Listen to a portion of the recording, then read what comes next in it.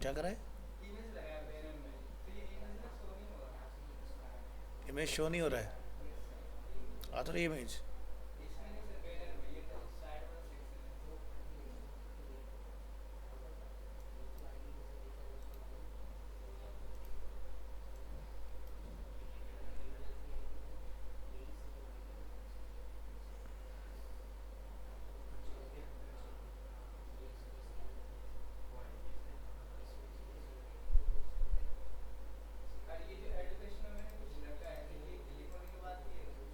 क्या?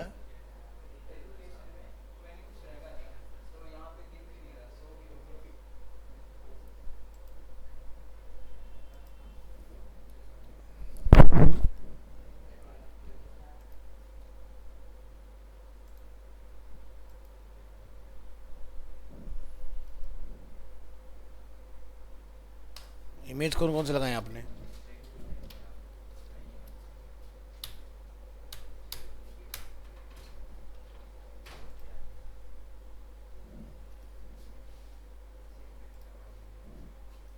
सारे तो आ रहे हैं इमेज, कौन सा इमेज नहीं आ रहा?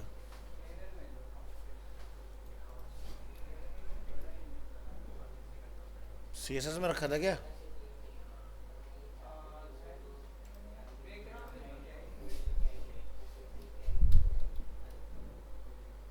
आपने बैकग्राउंड में डाला है। एक बैनर डाला है आपने।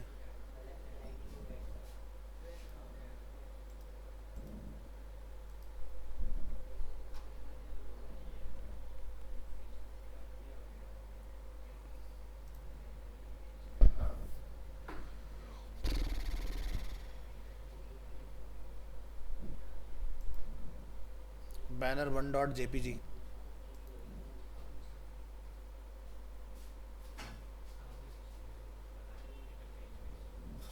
एक्सटेंशन का प्रॉब्लम है। और यहाँ पर जेपीजी बड़ा है।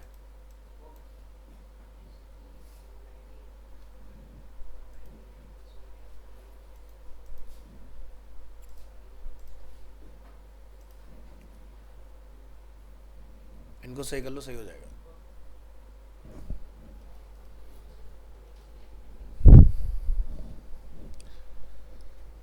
चलिए जी, तो शुरू कर रहे हैं।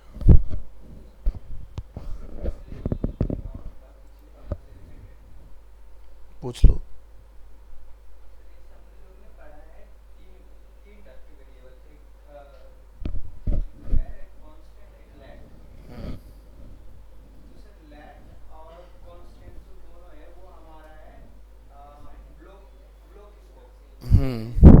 हम्म।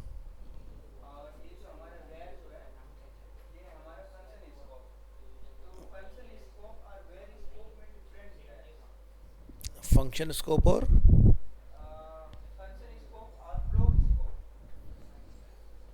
ब्लॉक स्कोप और फंक्शन स्कोप दोनों सेम ही होते हैं। भाई फंक्शन के अंदर अगर कोई चीज़ डालोगे वो कब तब तक ट्रेड नहीं हो, जब तक फंक्शन का ट्रिगर नहीं कराओगे। तो ब्लॉक स्कोप क्या होता है कि जब लोग किसी चीज़ को करली ब्रेसेस में लिखते हैं, जैसे आपने कोई क्लास बनाया my style, dot my style करली ब्रेसेस, और उसके अंदर आपने तीन चार प्रॉपर्टी डिफाइन कर दी और करली ब्रेसेस को बंद कर दिया।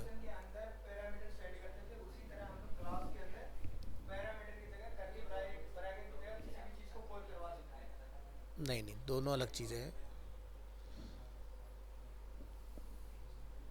इनको शांत करो जरा। डिस्टर्बेंस क्रिएट हो रहा है।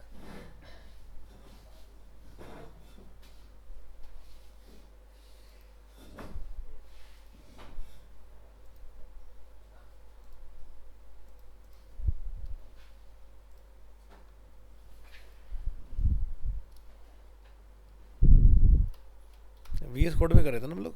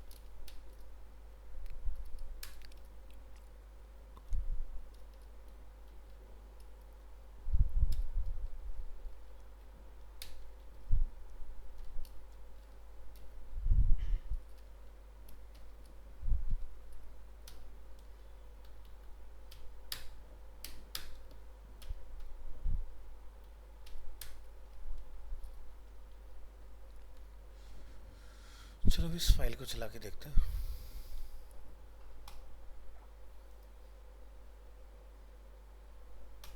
ठीक है, आउटपुट हमारा आ रहा है। यही काम अगर हम लोग कांस्टेंट से करें क्या होगा, रिजल्ट आएगा। हाँ साहिल, अगर यही सेम काम जो हमने लेट से किया कांस्टेंट से करे तो क्या होना चाहिए,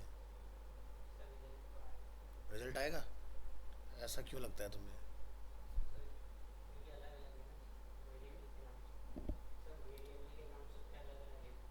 सबके अलग अलग हैं इसलिए, या फिर कोई एरर नहीं दिख रहा इसलिए? ठीक है, रिजल्ट आ जाएगा। ठीक है, दोनों केस में सेम ही काम होगा। हाँ रिकॉर्डिंग ऑन है, चल रही है। तो लास्ट क्लास में हमने एक छोटा सा डिफरेंस समझा था कि मान लीजिए कि अगर हमारे पास वेरिएबल हम लोग लेट से बनाते हैं और लेट में जब आप सेम वेरिएबल को रीयूज़ करने जाते हो तो वो क्या करता है, can not redeclare block scope variable. तो ब्लॉक स्कोप के दो मतलब होते हैं, एक कि भाई आपने एक नाम ऑलरेडी लिया हुआ है तो वो आपका वर्क नहीं करेगा। दूसरा ब्लॉक स्कोप क्या होता है कि भाई मैं इसको यहाँ से हटा देता हूँ, मैंने एक फंक्शन बना लिया। फंक्शन क्या, माई फंक्शन। माई फंक्शन के अंदर मैंने एक वेरिएबल बनाया और मैं इसको जो है बाहर एक्सेस करने की कोशिश करता हूँ। ठीक है, तो क्या होगा, आउटपुट आएगा।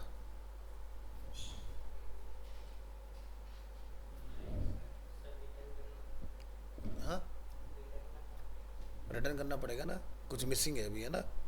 तो यानी कि पहले मुझे क्या लिखना पड़ेगा, माई फंक्शन। अब चल जाएगा।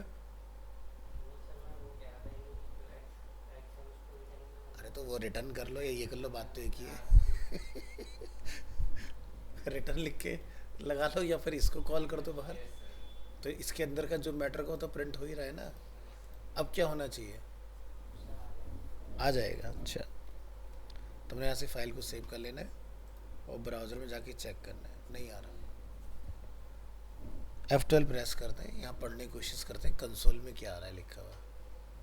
क्या लिखा रहा है, X इज़ नॉट डिफाइंड। चलो वेर के साथ ये काम करके देखते हैं। अब क्या होना चाहिए,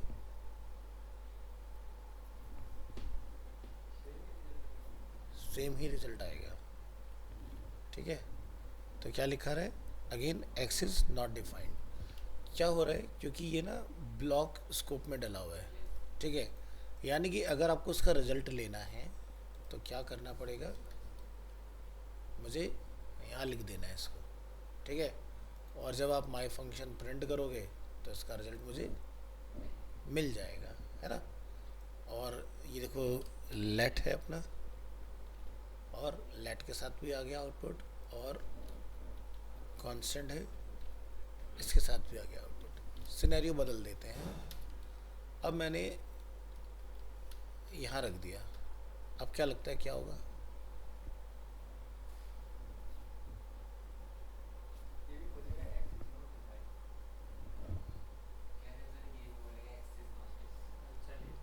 नॉट डिफाइंड। क्यों,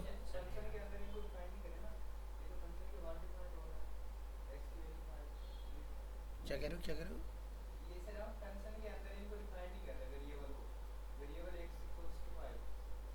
हाँ,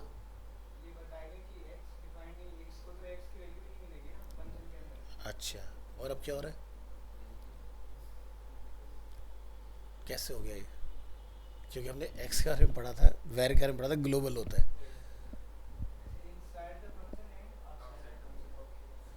अब लेट कर देते, अब क्या कहते हो,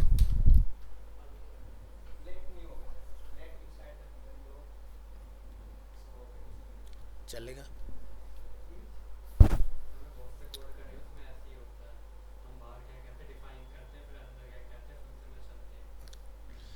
देखो वेर हो लेट हो, ठीक है, ये सब आपके काम करेंगे। मैंने आपको बताया था कि वेर आपका फंक्शन के अंदर लिख के बाहर काम नहीं करेगा, लेकिन बाहर लिख के अंदर चलाओगे तो काम कर जाएगा। In the same way late भी आपका काम करेगा, लेकिन कहाँ काम नहीं करेगा कि आपने वेर को फंक्शन लिखा और उसका रिजल्ट आप बाहर प्रिंट करोगे तो नहीं आएगा। तो किसके अंदर चलता है? फॉर लूप के अंदर चलेगा, वाइल लूप के अंदर चलेगा, या फिर हाँ, इनके अंदर आपका बेसिकली काम कर जाता है आपका।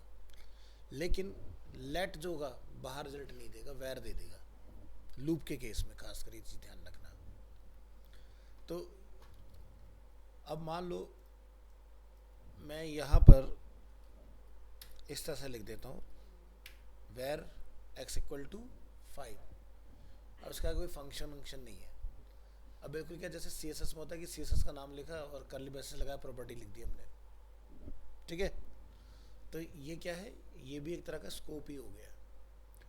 चलो, तो मैं लिखा यहाँ पर डॉक्यूमेंट डॉट राइट, और मैंने यहाँ पे जाके x को प्रिंट कराया,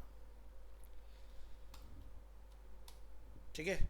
डेटा आ रहा है, चलो चेंज कर देख सकते, पता चला पहले का आ रहा हो प्रिंट। 10 आ रहा है डेटा,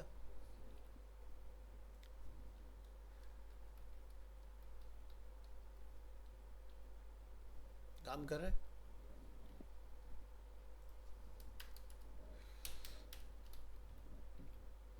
नहीं कर रहा ना काम, ये होता है ब्लॉक स्कोप। अब देखो, हमने प्रॉपर ब्लॉक स्कोप का जो स्ट्रक्चर बनाया, तो लेट बाहर प्रिंट नहीं हुआ, लेकिन वेर बाहर चल रहा था। तो वो सिर्फ अपने स्कोप में ही प्ले करेगा, बाहर प्ले नहीं कर सकता। तो ये होता है दूसरा मीनिंग ऑफ ब्लॉक स्कोप, ठीक है। और सेम ऐसे ही आपका कांस्टेंट, वो भी आपका आउटपुट बाहर नहीं देगा, ठीक है। और रिडिक्लेयर नहीं होता, लेट रिडिक्लेयर हो सकता है, ठीक है, सॉरी रिडिक्लेयर नहीं, रीअसाइन हो सकता है, कांस्टेंट रीअसाइन नहीं हो सकता है। जैसे मान लो मैंने लिखा x प्लस इक्वल टू 10, और मैं अगर यहाँ लिख दूँ x प्लस इक्वल टू 10, तो रिजल्ट क्या होना चाहिए? 20 हो जाना चाहिए ना। तो फिलहाल तो ये काम नहीं करेगा, अगर मैं इसके अंदर रखूँगा तो चलेगा। ये क्या लिखा रहा है? 20 लिखा रहा है, और अगर बाहर रख देंगे तो ये काम नहीं करेगा, ठीक है। x is not defined, but constant जो होता है, ठीक है। एक तो आपका देखो क्या लिखा रहा है, असाइनमेंट टू कांस्टेंट वेरिएबल, पहला ही एरर ही आपका ये है, आप कांस्टेंट को असाइन नहीं कर सकते हो, ठीक है। तो इससे थोड़ी प्रॉब्लम है कांस्टेंट के साथ। लेट के साथ ये काम कर सकते हो, वेर के साथ आप ये काम कर सकते हो, बिंदास चलेगा, कोई दिक्कत नहीं है, ठीक है। तो ध्यान रखना, वेर ब्लॉक स्कोप में परफॉर्म करता है, लेट और कांस्टेंट नहीं करते हैं, ठीक है। तो ये होता है प्रॉपर इसका, प्रैक्टिकली जब चला के देखोगे। चलो आगे बढ़ेंगे।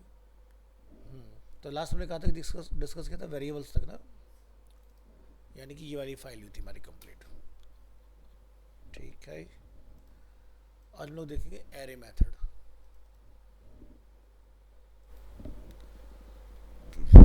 एरे हम सभी ने पढ़ रखे हैं, क्या होते हैं एरे, कौन बताएगा?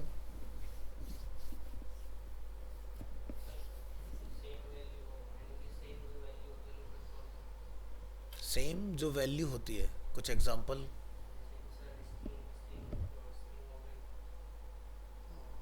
वो तो टाइप हो गया ना, वो तो डेटा टाइप हो गया।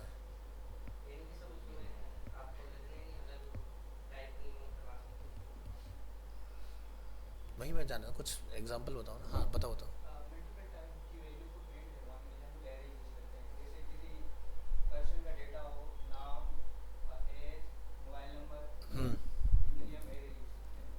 पक्की बात, ऑब्जेक्ट होता है मेरे ख्याल से वो, क्योंकि जो चीज़ें तुमने बोली हैं, जैसे कि नाम, उसकी एज, सब डिफरेंट डिफरेंट टाइप चीज़ हो गई ना। एरे कहाँ यूज़ किया था? जहाँ सिमिलर डेटा टाइप होता है। जैसे मान लो लेट्स से मेरे पास बहुत सारी कार्स हैं, या मैं कहता हूँ ब्रांड्स, तो ब्रांड सारे एरे में स्टोर कराओगे ना, या कार्स अगर हमारे पास सो मैनी है तो हम कार्स को कार्स में स्टोर करेंगे। लेट से variable X equal to cars, X में हमने क्या करा, कार्स को इक्वल टू हमने ऑडी वी एम मर्सिडीज बहुत सारी गाड़ियाँ स्टोर करा दी उसके अंदर। तो सिमिलर डेटा टाइप के लिए हम लोग यूज़ करते हैं, बट हम लोग मिक्स भी कर सकते हैं डेटा टाइप को, लेकिन करना नहीं होता है क्योंकि जब आप शॉर्टिंग परफॉर्म करने जाते हो तब दिक्कतें आती हैं। तो जैसे एग्जांपल के तौर पर अगर मैं टेक्स्ट के साथ में नंबर भी स्टोर करा दूँ तो हो जाएगा, लेकिन जब शॉर्ट परफॉर्म करोगे यानी जब फिल्ट्रेशन करोगे सेंडिंग डिसेंडिंग तब दिक्कतें आएंगी। तो इसलिए एथिकल जो तरीका है वो ये है कि अगर नंबर्स हैं तो नंबर को नंबर एरे बनाओ, और अगर स्ट्रिंग है तो स्ट्रिंग एरे बनाओ। तो एरे बहुत सारे डिफरेंट डिफरेंट टाइप्स के होते हैं, ऑलरेडी हम लोगों ने पढ़े हुए हैं इसके बारे में। यहाँ पर हम लोग देखेंगे array method. So there are many different array methods. One of the most useful in React is the map array method. The map method allow you to run a function on each item in the array, returning a new array as the result. In React, map can be used to generate list और जो भी आपने बनाना है। जैसे हमारे पास एक array बना हुआ है, ठीक है, उसमें क्या है, फ्रूट्स है, जैसे कि एप्पल, बनाना, ऑरेंज, मैंगो, ठीक है। तो हम इसको प्रिंट किस तरह से करा सकते हैं, constant my list equal to कुछ भी नया नेम ले सकते हो, एरे का नेम डॉट मैप मेथड, उसकी जो भी वैल्यू है, ठीक है, arrow function document dot right, किस में लिखना चाहते हो इस वैल्यू को, हम चाहते हैं पैराग्राफ में, क्योंकि पैराग्राफ में लिखेंगे तो क्या होगा, हर बार एक नई लाइन बनेगी। या फिर आप एल आई ले सकते हो, एल आई भी ब्लॉक आइटम होता है, वो भी हर बार एक न्यू लाइन ही प्रोड्यूस करता है। तो आपका रिजल्ट कुछ इस तरह से प्रिंट हो जाएगा। अब आपने यहाँ नोटिस किया होगा लेट का इस्तेमाल नहीं किया हमने।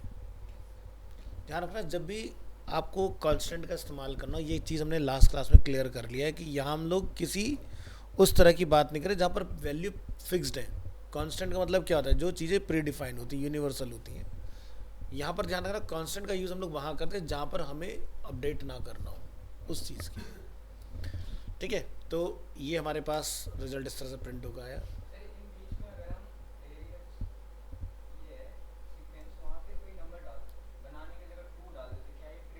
बिल्कुल देगा, कोई दिक्कत नहीं है, चलेगा।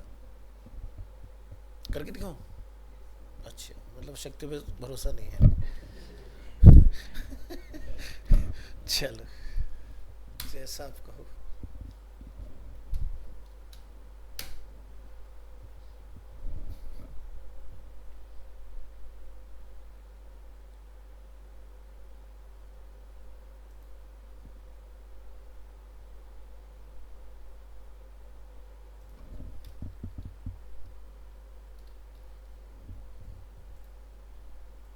ठीक है, ऊपर वाला डेमो है तो उसमें भी लिख देता हूँ अगर टू चाहिए तो, ठीक है, चलेगा। सो रिएक्ट पे एरे किस तरह से चलाएंगे हम लोग, ये तो हो गया जावास्क्रिप्ट के अंदर। तो आपको ये तो सेम ही रहता है अपना, ठीक है। आपको ये बस क्या करना है, ये लाइन यहाँ से कॉपी करके ले जाना है, और ये हमारा एरे आ गया। इसके अंदर हमने एरे जो भी हमारा नेम है डॉट मैप, ध्यान रखना नेम जो होता है वो यूज़र डिफाइंड होता है, आप कुछ भी रख सकते हो। हमने लिखा आइटम, और हमने पैराग्राफ में आइटम को क्या करा, एक्सप्रेशन में प्रिंट करा दिया। बस जब आप इस माई लिस्ट को प्रीव्यू करोगे रेंडर के अंदर, तो आपके जो पेज है उसके ऊपर सारे आइटम ये अलग अलग डिस्प्ले हो जाएंगे। दिखाता हूँ, देखो ये हमारी इंडेक्स फाइल है, ये हमने अपना फाइल रखा। क्या लिख सकते हैं यहाँ पर, npm स्टार्ट,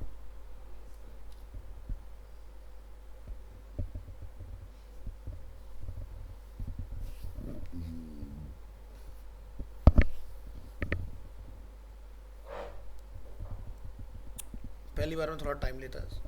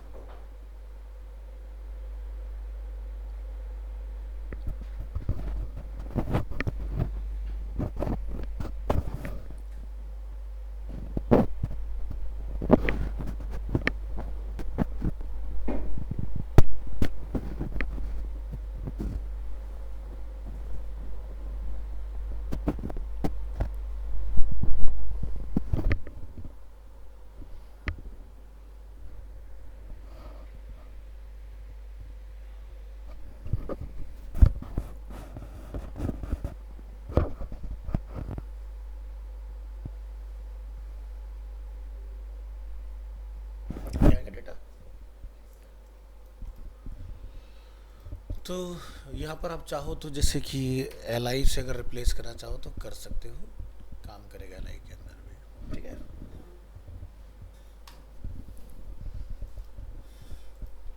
आगे बढ़ते हैं। नेक्स्ट है डिस्ट्रक्चरिंग।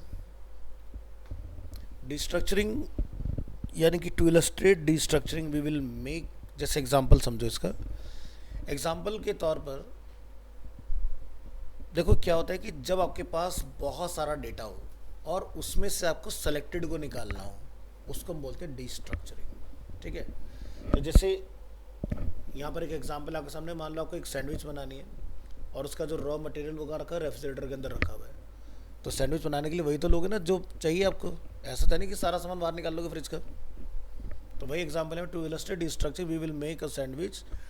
Do you take everything out of refrigerator to make your sandwich? No, you only take out the items you would like to use on your sandwich. इसी को हम लोग बोलते हैं डिस्ट्रक्चरिंग, यानी कि मेरे पास मिसलेनियस चीज़ें हैं बट मुझे सेलेक्टेड को निकालना है। So destructuring is exactly the same. We may have an array or object that we are working with, but we only need some of the items contained in these. So destructuring makes it easy to exact only what is needed. So here is the old way of assigning array items to a variable. पहले पुराना तरीका समझते हैं। तो जैसे पहले के time में क्या था, हम लोग एक वेरिएबल बनाते थे कांस्टेंट व्हीकल्स, और उसके अंदर हम लोग इस तरह से डिटेल स्टोर करते थे। अब ये तो क्या नया, पुराना क्या था, हम लोग लिखते हैं कार के अगेंस्ट कार को डिफाइन करें, ट्रक के अगेंस्ट ट्रक को डालेंगे, और एसयूवी के अगेंस्ट एसयूवी को डिफाइन करेंगे। ये तीन चीज़ें हैं यहाँ पर, एक कार है, एक ट्रक है और एक एसयूवी है। So here is the new way of assigning array items to a variable. आप यहाँ पर व्हीकल्स में सब डाल दो एक साथ मिक्स करके। उसके बाद आप यहाँ पर क्या करोगे, एक नया एरे अपना डिफाइन करो जिसमें अपने टाइप रख दोगे, कार ट्रक एसयूवी, और उसको किसके अगेंस्ट रख दोगे, व्हीकल के against. So destructuring comes in handy when a function returns an array. Example के तौर पर अगर आपको, जैसे हमने सिखाया था जावास्क्रिप्ट में पैरामीटर डाल के कि भाई आपको कैलकुलेशन करना हो खाली, तो आपने एक फंक्शन बना लिया कैलकुलेशन ए कोमा बी और रिटर्न करा दिया ए प्लस बी, और जब भी आपको उसमें कुछ टोटल करना होगा ए और बी को नंबर से रिप्लेस कर दो, टोटल हो जाएगा। अब यहाँ देखो हम एक ही फंक्शन से सारे काम ले रहे हैं। क्या हो रहा है, हमने एक फंक्शन बनाया कैलकुलेट ए कॉमा बी, और हमने उसके अंदर कुछ अपने डिफाइन कर दिए वेरिएबल। भाई ऐड होगा तो प्लस हो जाए, सब्ट्रैक्ट होगा तो माइनस, मल्टीप्लाई होगा तो मल्टीप्लाई का सिंबल, और डिवाइड होगा तो डिवाइड का सिंबल, और सबको हमने रिटर्न करा दिया एक एरे के अंदर, जितने भी वेरिएबल आपने बनाए थे, ठीक है। जैसे ऊपर क्या कार ट्रक ऐसी हुई, वैसे हमने यहाँ पर सबको एक एरे में रिटर्न करा दिया। ये हमारा एक ग्लोबल फंक्शन बन के तैयार हो गया। अब जब भी आपको कुछ कैलकुलेशन की ज़रूरत आएगी, तो जैसे हमने लिखा constant add subtract multiply divide equal to calculate, और कैलकुलेट की वैल्यू हमने क्या रख दी 4 और 7। अब आपकी मर्ज़ी, आपको क्या रिजल्ट लेना है, हो सकता है आपको ऐड कराना हो सकता है सब्ट्रैक्ट कराना हो, उसी से आपका सारा काम हो जाएगा। बस ऐड के लिए ऐड प्रिंट करा दो, सब्ट्रैक्ट के लिए सब्ट्रैक्ट प्रिंट करा दो, और रिजल्ट क्या आ गया,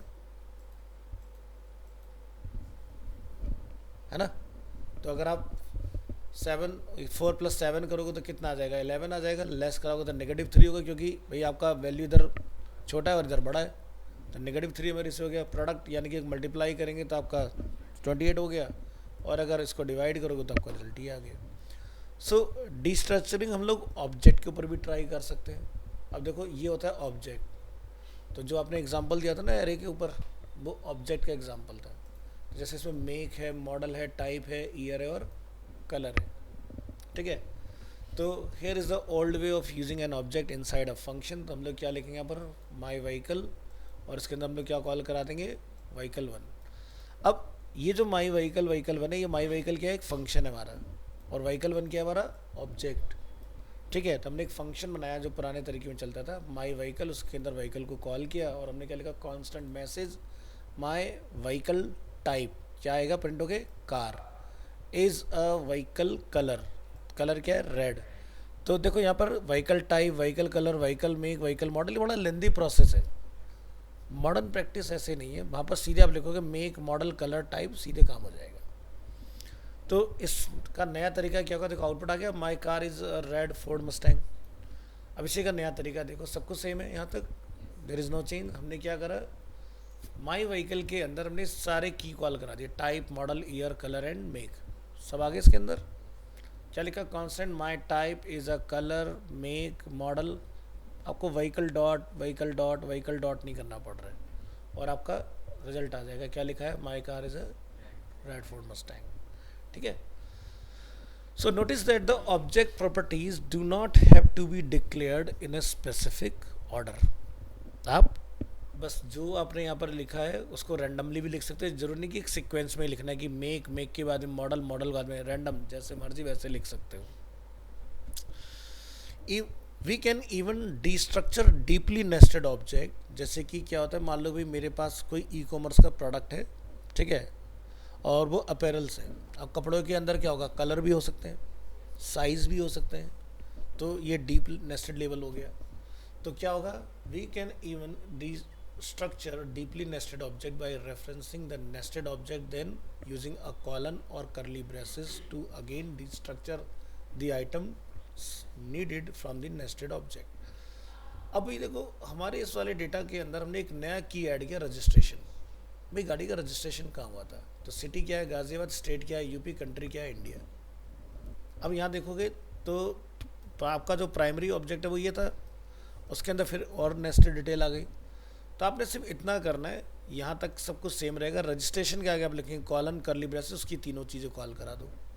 इसी तरह से मान लो जैसे सिटी के अंदर भी अगर कुछ है तो आप कॉलन कर्ली ब्रेसेस के अंदर भी और प्रिंट करा सकते हो, लेकिन यहाँ पर कुछ नहीं बदलेगा, नीचे जैसे चल रहा था वैसे ही चलता रहेगा।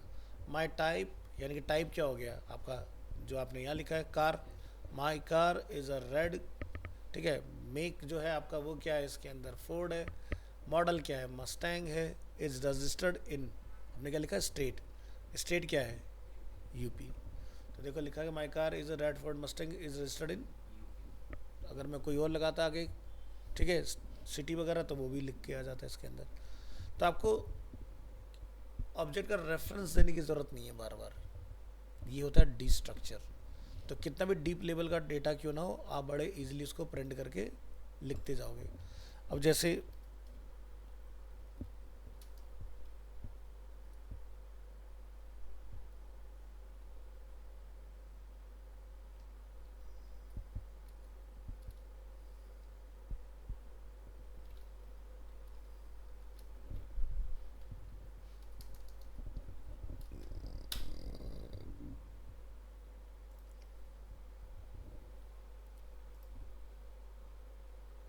इसके फ्रंट एंड पे आ जाते हैं पहले।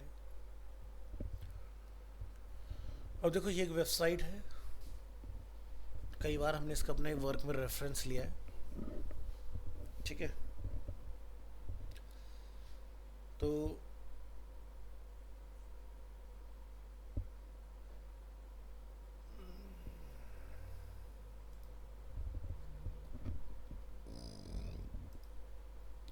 यहाँ पर आप जो भी फोटोग्राफ्स, कलर, और इस पर क्लिक करने के बाद इसके अंदर जो भी चीज़ आप देख रहे हो, ये सारा डेटा कहाँ से आ रहा है, डायनामिकली। तो एग्जांपल के तौर पर अगर हम लोग यहाँ पर प्रेस करें F12, और अगर मैं यहाँ से नेटवर्क में आता हूँ और मैं रीलोड करता हूँ इस वेबसाइट को, तो मैं इसकी जेसन फाइल को पकड़ पाऊँगा, है ना, जहाँ से सारा डेटा चल रहा है। तो यहाँ पर हमें एक फाइल मिलनी चाहिए product.json के नाम से।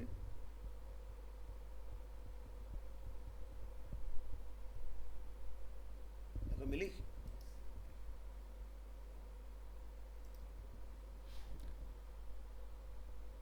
तो देखो सारा डेटा कैसे, ऑब्जेक्ट ही है ना, ध्यान से देखो, थोड़ा जूम कर लेते हैं आपके लिए। प्रोडक्ट की आईडी, उसका नेम, उसका डिस्क्रिप्शन, उसका type, unit, weight, quantity, price, sales price, discount, इस फीचर प्रोडक्ट है या नहीं है, शिपिंग डेज, ठीक है, इस तरह की चीज़ें। इसी में आप जैसे और आगे चलोगे तो जैसे रिव्यू रेटिंग है ना, इसी में रिलेटेड प्रोडक्ट, जब मैं किसी प्रोडक्ट पे क्लिक हूँ तो उसके साथ में रिकमेंडेड प्रोडक्ट जो होते हैं वो, वेरिएशन, ठीक है, अलग अलग कलर होंगे, वेरिएशन की इमेजेस होंगी फिर अपनी, कि भाई मान लो आपने कोई ड्रेस पसंद की, आपने जैसे इस आकाश ने शर्ट पहनी हुई है, तो डिज़ाइन यही है, पैटर्न ये, लेकिन कलर डिफरेंट डिफरेंट अवेलेबल है। तो ये सब क्या है, डीप नेस्टेड दिखाई दे रहा है। तो एक ऑब्जेक्ट इतना बड़ा है, सोचो कितना काम है उसके अंदर। तो जब आप यहाँ क्लिक कर रहे हो उस पर्टिकुलर प्रोडक्ट के ऊपर, तो आपको जो सजेशंस यहाँ पर आ रहे हैं, भाई ये सारा डेटा खुला है इसके अंदर, फिर यहाँ से रिलेटेड प्रोडक्ट इसका एक है, तो ये सारा डेटा कहाँ से आ रहा है, वहीं सारा। देखो मैं देखो ये डेटा यहाँ से कॉपी करूँगा और चेक करके देखते हैं क्या ये जेसन में हमें मिलता है कि नहीं। ऐसा है क्या?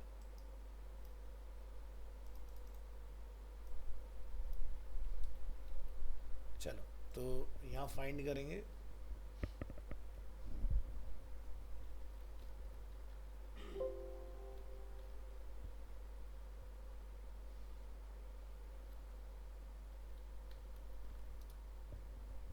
कहाँ से डेटा आ रहा है, जेसन फाइल से।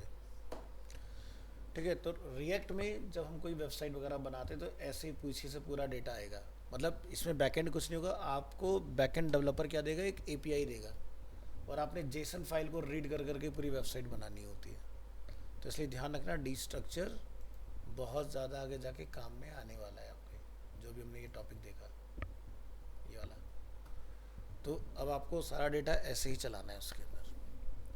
तो इतना कोई कॉम्प्लिकेटेड चीज़ नहीं है, सीख जाओगे तो बहुत इजीली चला लोगे।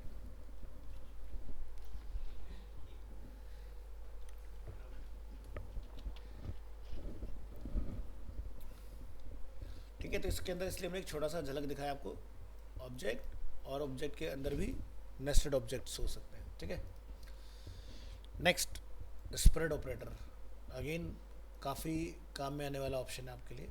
स्प्रेड ऑपरेटर पढ़ा भी हम लोगों ने जावास्क्रिप्ट में। The JavaScript spread operator triple dot allows us to quickly copy all or part of an existing array or object into another array or object। तो देखो जैसे आपको कॉन्कैटिनेट करना होता है तो आप क्या करते हो, दो एरे को जोड़ने के लिए, मेरे पास एक एरे 1 है एक एरे 2 है, तो उसको कैसे जोड़ते हो,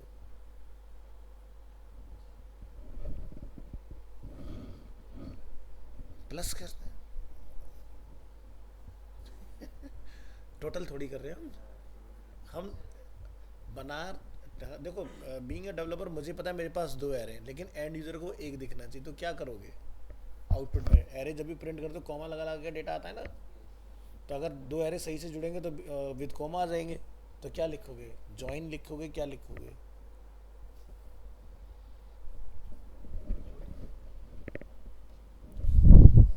जॉइन।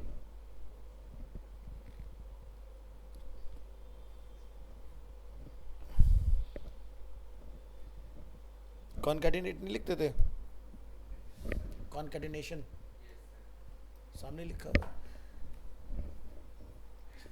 ज्वाइन और पुश तो हम लोग उसके लिए यूज़ करते हैं अगर मुझे एरे में कुछ नया डेटा डालना होता है।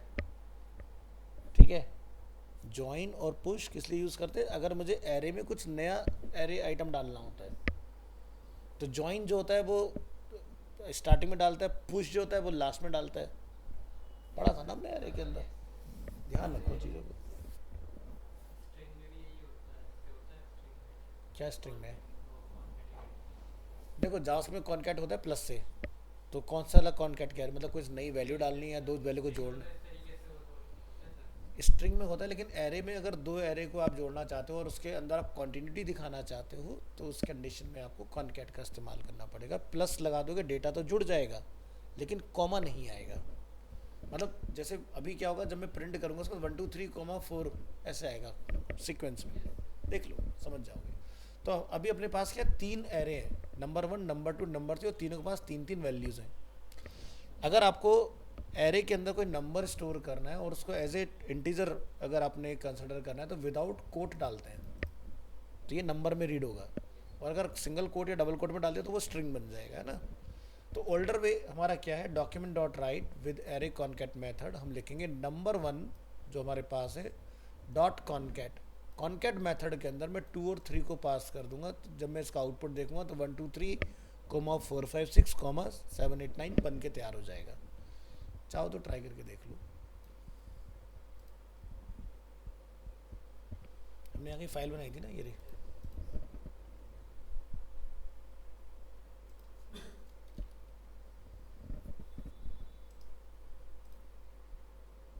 देखो बढ़िया से से जुड़ गया? क्या आउटपुट पता लग रहा है कि 3 अलग अलग है? एक ही लग रहा है ना? तो ये था कॉनकैट। चलो स्प्रेड ऑपरेटर के साथ देखेंगे कैसे जोड़ना है। तो यहाँ जाओ और लिखो जाके constant numbers combined equal to, फिर से एक एरे बना दो, ठीक है। क्या लिख दोगे? Triple dot number 1, triple dot number 2, triple dot number 3, ठीक है। और आउटपुट क्या आ गया आपका? ये कॉनकैट का आउटपुट है और ये स्प्रेड ऑपरेटर का आउटपुट है। सेम रिजल्ट आ रहा है। अब मान लो कि भाई मेरे पास एक एरे बना रखा है जिसके पास 6 वैल्यू है पहले से। Assign the first and second items for from numbers two variable and put the rest in an array. तो भाई मैंने यहाँ पर क्या बोला कि भाई मुझे 1 और 2 और ट्रिपल डॉट लगा, मैंने क्या लिख दिया? रेस्ट। ध्यान रखना ट्रिपल डॉट से कंफ्यूज नहीं होना है कि आप ये सोचो कि भाई यहाँ पर 3 डेटा थे तो हमने इसलिए ट्रिपल डॉट लगाया है। नहीं, triple dot is a operator. ऊपर ही पढ़ चुके हैं ना हम लोग। ऑपरेटर का नाम ही क्या है? ट्रिपल डॉट ऑपरेटर, है ना, स्प्रेड ऑपरेटर। तो ऐसा ना हो कि पता चला 4 है तो तुमने 4 डॉट लगा दिया, ठीक है। तो यहाँ पर क्या है? 1 2 और फिर हमने क्या लिख दिया? रेस्ट। हमने लिखा 1 और 2 को मुझे प्रिंट करना है अलग अलग लाइन में, बाकी जो बचे सबको एक साथ छाप दो।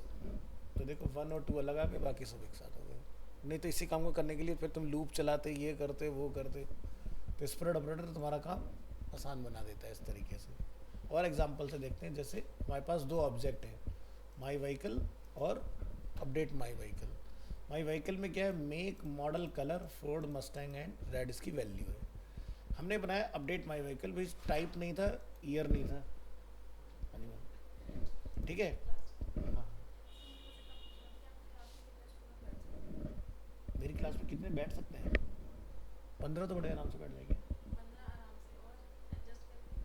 20 तक भी हो सकते हैं अगर साइडों का फोल्ड कर देंगे तो। डिग्री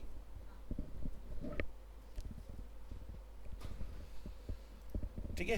तो यहाँ पर देख रहे हो 2 नई वैल्यूज आ रही हो और एक जो वैल्यू वो क्या है? एग्जिस्टिंग वैल्यू को अपडेट करेगी हमारी, है ना। तो हमने क्या लिखा? Constant my updated vehicle equal to, हमने लिखा माई व्हीकल में जितना भी डेटा है प्लस अपडेटेड में जितना भी डेटा है। कंसोल डॉट लॉग कर लो, या माई अपडेटेड व्हीकल डॉट कलर को अगर आप खाली चेक करने जाओगे तो आपको पता चल जाएगा कलर आपका अपडेट हुआ है या नहीं। तो क्या हो गया? कलर रेड से येलो हो गया, ठीक है।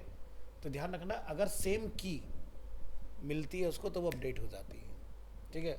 और अगर यूनिक की मिलेगी तो एड ऑन हो जाएगी उसके अंदर। So notice that the properties that did not match were combined, but the property that did match color was overridden by the last object that was passed.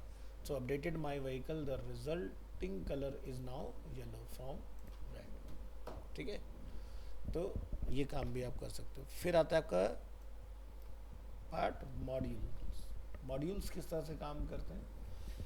JavaScript modules allow you to break up your code into separate file, ठीक है। तो जैसे कहते हैं बड़े बड़े project में पूरी एक ही कंबाइन जावास्क्रिप्ट की फाइल होती है। अब पूरी जेएस की फाइल अगर हम एक बना देते हैं तो काम तो आपका आसान हो गया, जैसे एक्सटर्नल सीएसएस वैसे एक्सटर्नल जावास्क्रिप्ट। लेकिन सोचो कि मुझे उस पूरी फाइल में से कोई एक ही फंक्शनैलिटी ट्रिगर करानी है, तो बाकी का कोड तो खामा कहीं चल रहा है ना साथ में। तो उसी चीज़ को ब्रेक डाउन कर देते हैं हम लोग मॉड्यूल्स के साथ कि भाई उतना ही मांगो जितना ज़रूरत है, बाकी से क्या लेना देना, है ना।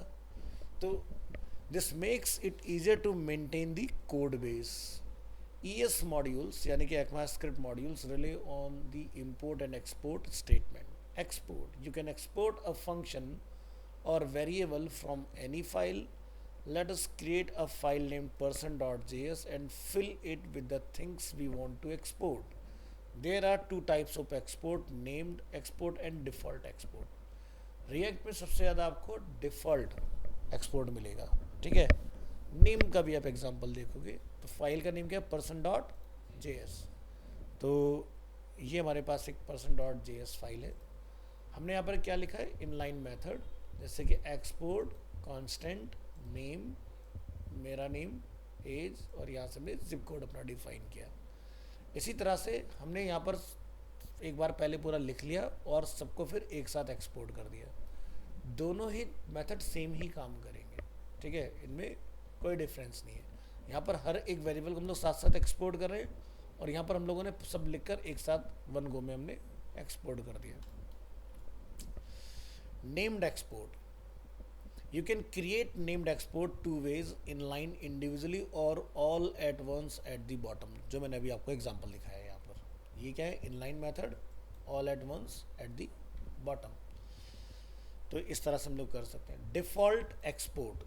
Late us create another file named message.js. यहाँ ये, और इस फाइल को ओपन करेंगे. ठीक है, and use it for demonstrating default export. You can only have one default export in a file. इस केस में क्या होगा, देखो मुझे दो चीज़ें यहाँ से एक्सपोर्ट करनी है, बट मैं दो अलग अलग नेम ना करके एक कंबाइंड नेम में एक्सपोर्ट कर दूँगा. हमने क्या करा, एक फंक्शन बना दिया एरो. तो फंक्शन का नेम क्या है, मैसेज. अब मैसेज में तुम दो बनाओ, 200 वेरिएबल बनाओ, टोटली अप टू यू. क्या लिखेंगे एक्सपोर्ट करते वक्त, एक्सपोर्ट डिफॉल्ट फंक्शन का नेम, और आपके जितने भी वेरिएबल होंगे वो सारे एक्सपोर्ट हो जाएंगे. तो हम रिएक्ट में सबसे ज़्यादा इस वाली प्रैक्टिस का यूज़ करते हैं. ठीक है, अब जब आप इसको फैच करोगे तब क्या लिखोगे, इम्पोर्ट. तो यहाँ आपने नोटिस किया होगा, जैसे हमारी इंडेक्स डिफ़ॉल्ट फाइल है तो क्या लिखा है सबका आगे, इम्पोर्ट. तो ये मॉड्यूल्स ही हैं सारे.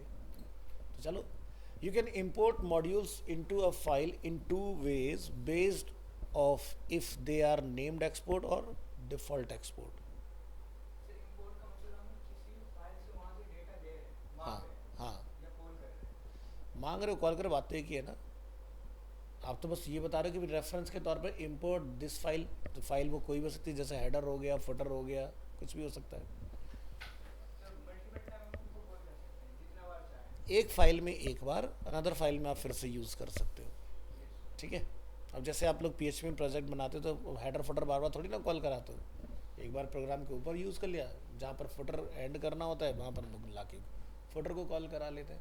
बट एक फाइल में अगर आप दो बार रखोगे, मना इसमें भी नहीं करेगा.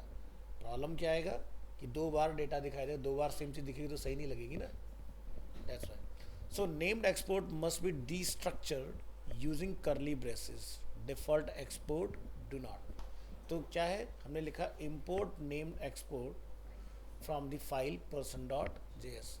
अब पर्सन वाली जो हमारी फाइल है, इस पर एक बार आइए वापस. हमें इसमें से क्या क्या डेटा लेना है, हमने बोला इम्पोर्ट फ्रॉम person.js, लेकिन उसमें से दो चीज़ें ले लो, नेम और एज. इसके अंदर कितनी भी चीज़ें हो सकती हैं. ठीक है, हम ले रहे हैं सिर्फ नेम और एज. ठीक है, तो इम्पोर्ट और default export from the file message.js. तो इसका हमने एक एग्जांपल बनाया है कि नहीं, या मैं आपको बना के दिखा देता हूँ.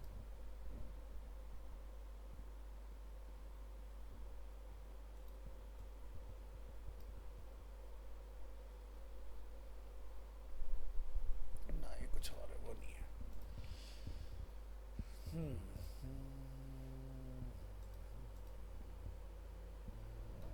चलो इधर आ जाओ, demo.html.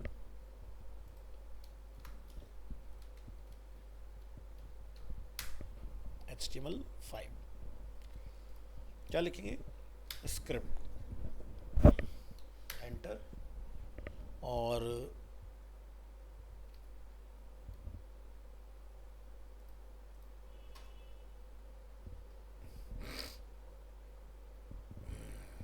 ये लाइन हमने इंपोर्ट करनी है. ठीक है, तो हमें पहली चीज़ demo.html को ये मेक श्योर करना है कि वो सेम जगह पर पहुंच जाए जिस फाइल में हमारा डेटा रखा हुआ है. तो ये लोकेशन है हमारी. ये चलो मैं ये दो फाइलें यहाँ पर सेव ही कर लेता हूँ इस लोकेशन के ऊपर. person.js,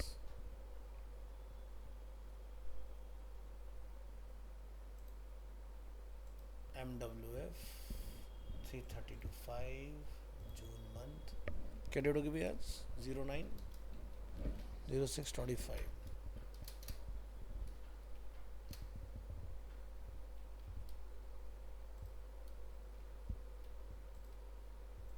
और एक हमारे पास क्या है, मैसेज के नाम से.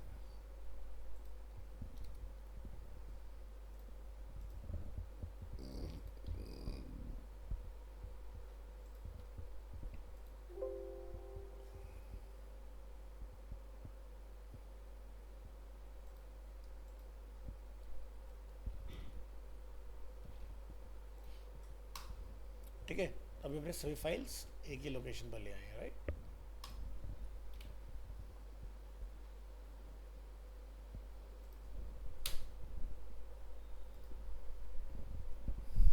ओपन फोल्डर,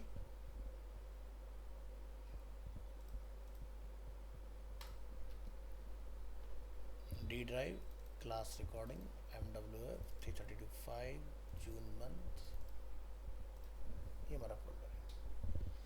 तो ये डेमो फाइल है। अब डेमो फाइल के अंदर हमें इस पर्सन फाइल से डेटा जो है वो फैच करना है। तो यहाँ ये अपनी डेमो फाइल में और डेटा लेकर आई है। तो ये डेटा हमें कॉल करना है, तो हमने जाके यहाँ पर क्या लिख दिया, इसको स्क्रिप्ट के अंदर इस तरह से डिफाइन कर दिया।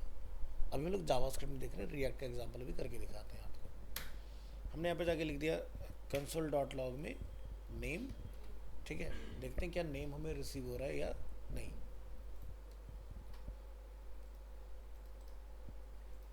ओपन विद लाइव सर्वर करेंगे, यहाँ पर ये हमारा सर्वर ऑन हो गया। प्रेस करेंगे F12 और कंसोल में आएंगे, तो क्या लिखा आ रहा है, can not use import statement outside a module. यानी कि ये कोड इतना समझदार है, उसने ये तो पता लगा लिया कि तुम किसी मॉड्यूल के बारे में बात कर रहे हो और मॉड्यूल यहाँ है नहीं, ठीक है। तो क्या करना पड़ेगा, तो पहली चीज़ कि मुझे स्क्रिप्ट में जाके टाइप बताना पड़ेगा।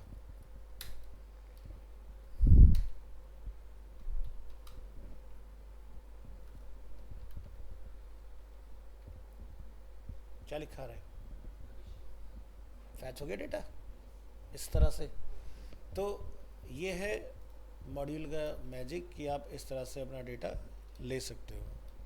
तो चलो, मुझे अगर इसको कहीं प्रिंट कराना हो, मैंने लिखा हाय माय नेम इज़, और ये भी मैं पूरा डायनामिक कर देता हूँ, छोड़ो, ID इक्वल टू डेमो। क्या लिख सकते हैं यहाँ पर, document dot gate element by ID single code demo dot inner HTML, और यहाँ पर हम अपना मैसेज लिख सकते हैं।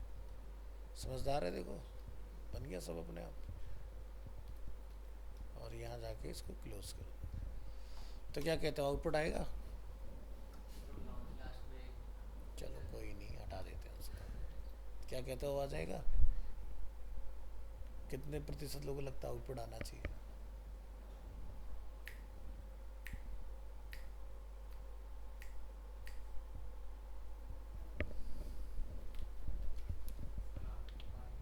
आएगा।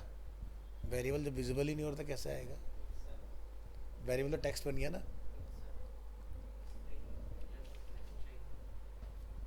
जब तक वेरिएबल ऐसे चमचमाता हुआ नहीं होगा तो कैसे आउटपुट आएगा। अभी तो ऐसे लिखा आ जाएगा एज इट इज।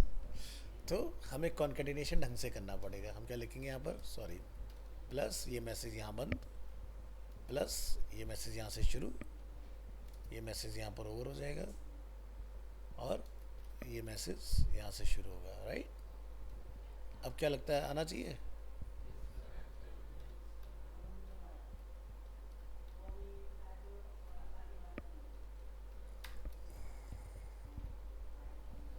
है ना, स्पेसिंग स्पेसिंग का कोई वो नहीं है, और डेटा प्रिंट हो गया। तो यहाँ से माय नेम इसके बाद में आप यहाँ स्पेस लगा सकते हैं, और यहाँ पे एक स्पेस रख सकते हैं, और एक यहाँ स्पेस आप रख सकते हो, ठीक है। एग्जाम्पल समझ आया। तो मॉड्यूल जरूरी नहीं सिर्फ रिएक्ट में चलाया जा सकता है, हम उसको जावास्क्रिप्ट में भी चला सकते हैं, ठीक है। इससे क्या होगा कि आप भारी भरकम जो पूरी की पूरी JS एक कंबाइन बना देते हो, ठीक है, अपने ऑफलाइन के हिसाब से, लेकिन लाइव के केस में बार बार इतना डेटा क्यों फैच करना है हमें। क्योंकि जितना डेटा आप फैच करोगे, उस फाइल से रिक्वेस्ट करोगे, तो पूरी की पूरी फाइल ही तो उठकाएगी वहाँ से, और वो आपका लोडिंग टाइम बढ़ा देगी उस केस में। तो इसलिए बड़ी बड़ी वेबसाइट्स जो होती हैं, वो आप देखते हो उसमें 20-20 जावास्क्रिप्ट की फाइलें होती हैं लगी हुई। वो क्यों लगाते हैं, इसलिए लगाते हैं ताकि जिस काम के लिए जो JS है वही आए उठ के, बस उतना कंबाइन रख देंगे, सारी चीज़ें आएंगी उसके साथ। तो अच्छे समझ में आ गया। तो ऐसे ही हमारा मैसेज.js वाला है, हमने यहाँ पर इस तरह से कुछ बना रखा है। अब हमें इसको रन करना है। तो ये हमारे पास एक फंक्शन है। तो कहाँ गया हमारा VS कोड, उसमें आ जाते हैं। ठीक है, ये इंडेक्स फाइल है ना अपनी, यहाँ हमें इसको चलाना है। तो मैंने यहाँ पे आके एक फ़ाइल बना दी message.js के नाम से, और डेटा अपना यहाँ रख दिया। तो ये क्या है, हमारे कंपोनेंट का नेम। कंपोनेंट के अंदर दो वेरिएबल है, और यहाँ से हमने मैसेज रिटर्न किया हुआ है और अपना काम चल रहा है। तो ध्यान रखना, जब भी आप फाइल बनाओगे, फाइल का बिगिनिंग कैपिटल लेटर से ही होगा, इसलिए मैंने M बड़ा बनाया। छोटा कर दोगे नहीं चलेगा। इंडेक्स फाइल में आएंगे, मुझे इसको इंपोर्ट करना है। मैं लिखूंगा यहाँ पर क्या, इंपोर्ट मैसेज फ्रॉम मैसेज। तो हमने मैसेज फाइल को इंपोर्ट किया, बस हमने इसको कहीं रेंडर नहीं कराया, रेंडर करा लो इसको।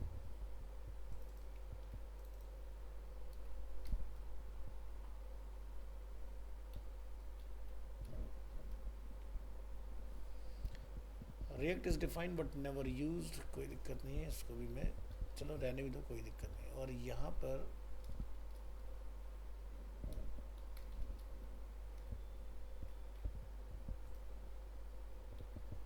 सॉरी, इसमें मुझे ज़रूरत नहीं, क्योंकि हमने वहाँ से ऑलरेडी रिटर्न कराया है इसको।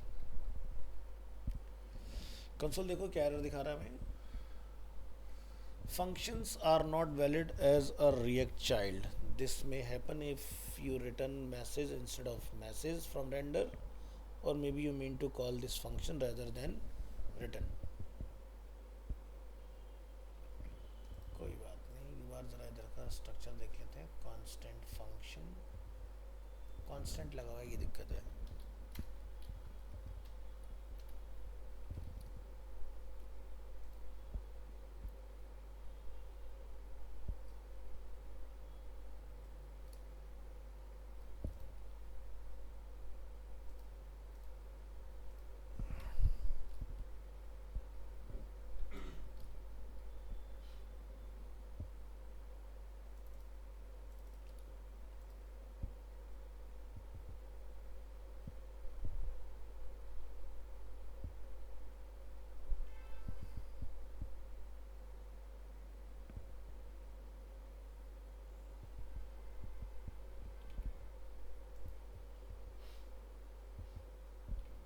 अपर केस लेटर, हमने क्या छोटे नेम से बनाया क्या?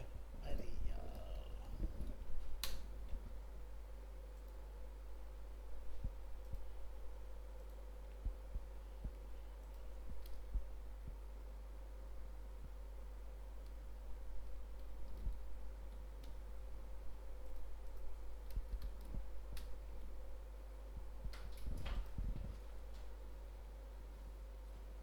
Message is not defined, export भी सही करना पड़ेगा।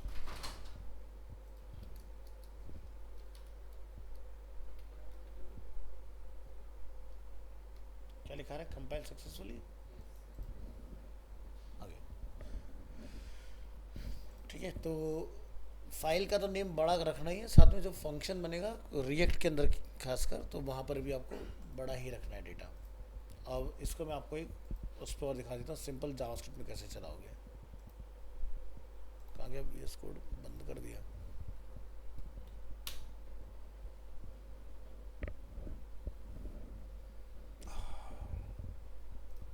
तारीख के नाम से फोल्डर था, ये देखो फाइल, इसे हमें कॉल करना है। तो आपने क्या लिखना है इस केस में, डेमो में आप यहाँ हो गए, इसको मैं कमेंट कर दूँ यहाँ पर,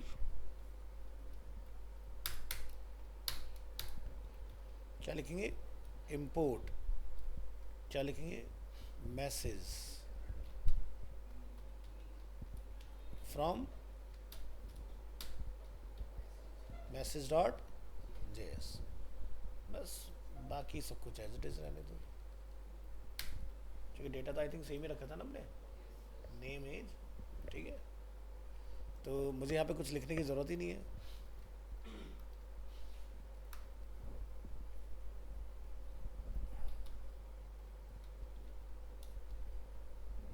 ठीक है, लेट्स ट्राई,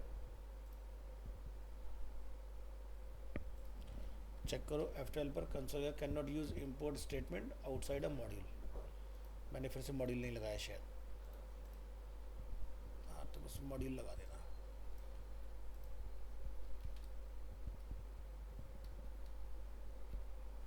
गया आउटपुट। तो वही वाला पार्ट जो था मैंने आपको रिएक्ट में भी चला के दिखा दिया। रिएक्ट में ध्यान रखना फंक्शन का नेम कैपिटल से शुरू होगा और यहाँ पर आपका स्मॉल भी चल जाएगा मॉड्यूल के अंदर। ठीक है, तो ये प्रैक्टिस काफ़ी ज़्यादा यूज़ में आने वाली है आपके आगे जाके। नेक्स्ट टॉपिक आपका मॉड्यूल के बाद में टर्न, मॉड्यूल्स खत्म हो गया, कुछ बचा उसमें एक बार देख लेते हैं। कहाँ गया भाई मॉड्यूल, हाँ हो गया। फिर टर्नरी ऑपरेटर, टर्नरी हम सबने पढ़ रखा है अभी, है ना। लेंदी कोड को सिंगल लाइन में ख़त्म कर देगा। ठीक है, तो ternary operator is a simplified, ठीक है, कंडीशनल ऑपरेटर लाइक इफ़ और एल्स। तो इसमें ध्यान रखना है कि इफ़ का जिक्र नहीं होगा। इफ़ में जो आप परफॉर्म करते हो ब्रैकेट के अंदर वो आपने कंडीशन डायरेक्ट लिखनी है। क्वेश्चन मार्क अगर ट्रू है तो यानी कि इफ़ अगर मेरा ट्रू है तो वो पहले आएगा, कॉलन के बाद में फॉल्स वाला पार्ट आता है। So here is an example of if and else. तो नॉर्मली हम लोग कुछ इस तरह से काम करते थे बिफोर दैट टर्नरी। तो आप क्या करोगे, एक फंक्शन बनाओगे रेंडर ऐप के नाम से, और हमने यहाँ पे क्या लिख दिया वेलकम, और अगर रेंडर लॉगिन का फंक्शन है तो मैं क्या लिख दिया प्लीज़ लॉगिन। तो एक हमने वेरिएबल बनाया ऑथेंटिकेटेड जिसकी बुलियन वैल्यू क्या है, ट्रू है। ट्रू है तो मतलब रेंडर वेलकम है, अदरवाइज़ क्या है रेंडर लॉगिन, यानी कि प्लीज़ लॉगिन करके आओ। तो अभी क्या लिखा रहा है वेलकम। ठीक है, तो मैंने इस कोड को लिया यहाँ से सिर्फ इतने पार्ट को, और यहाँ आ जाते हैं।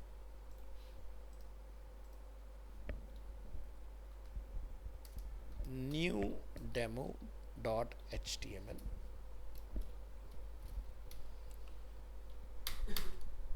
ये हमने रख लिया यहाँ पर। ठीक है, इस तरह से। तो आईडी क्या है पर डेमो 1 एंड डेमो 2। ठीक है, तो यहाँ जाके बना दो एक पैराग्राफ। आईडी क्या है,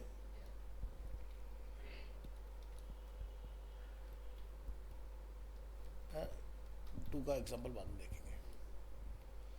चलिए, तो बुलियन वैल्यू क्या है, ट्रू है, यानी कि इफ़ मेरा अगर ट्रू है तो रेंडर हो रहा है ऐप, और रेंडर ऐप में क्या आएगा लिखा, वेलकम लिखा आएगा। चला के देख लो, सही है। और अगर वैल्यू फॉल्स होगी तो क्या आएगा, रेंडर लॉगिन, यानी कि प्लीज़ लॉगिन। तो रेंडर लॉगिन क्या है, फंक्शन का नेम, फंक्शन के अंदर क्या लिखा है, प्लीज़ लॉगिन, इस तरह से। अब टर्नरी ऑपरेटर में हम इसको किस तरह से डील करेंगे, हमने बनाया सेम चीज़ है, कुछ नहीं है, बस हमने यहाँ पर क्या लिखा ऑथेंटिकेटेड। अगर है तो रेंडर करो, नहीं है तो रेंडर लॉगिन। तो इतनी लंबी जो कहानी थी ये वाली 5 लाइन में, वो सिंगल लाइन में समझ गई, और सेम रिजल्ट है। क्या लिखा है, प्लीज़ लॉगिन, लॉगिन कर लिया भाई, चलो ट्रू हो गया डेटा, तो क्या हो गया, वेलकम हो गया। तो ये टर्नरी ऑपरेटर। ठीक है, तो कुछ ऑपरेटर कुछ सेलेक्टेड लैंग्वेजेस के अंदर दिए हुए हैं, जैसे PHP हमने पढ़ा था, तो हमने उसमें एक बड़ा ही यूनिक ऑपरेटर पढ़ा था, उसका क्या नाम था, स्पेसशिप ऑपरेटर, है ना। स्पेसशिप ऑपरेटर में क्या होता है, उसी में लेस देन भी चेक हो जाता है, उसी में ग्रेटर देन भी चेक हो जाता है, उसी में इक्वल टू भी चेक हो जाता है। सारे काम एक ही ऑपरेटर पर काम हो जाते हैं। ठीक है, और टर्नरी PHP में भी चलता है। ठीक है, क्योंकि PHP हाईली बेस्ड है, या कह सकते हैं इंस्पायर्ड बाय जो है वो जावास्क्रिप्ट।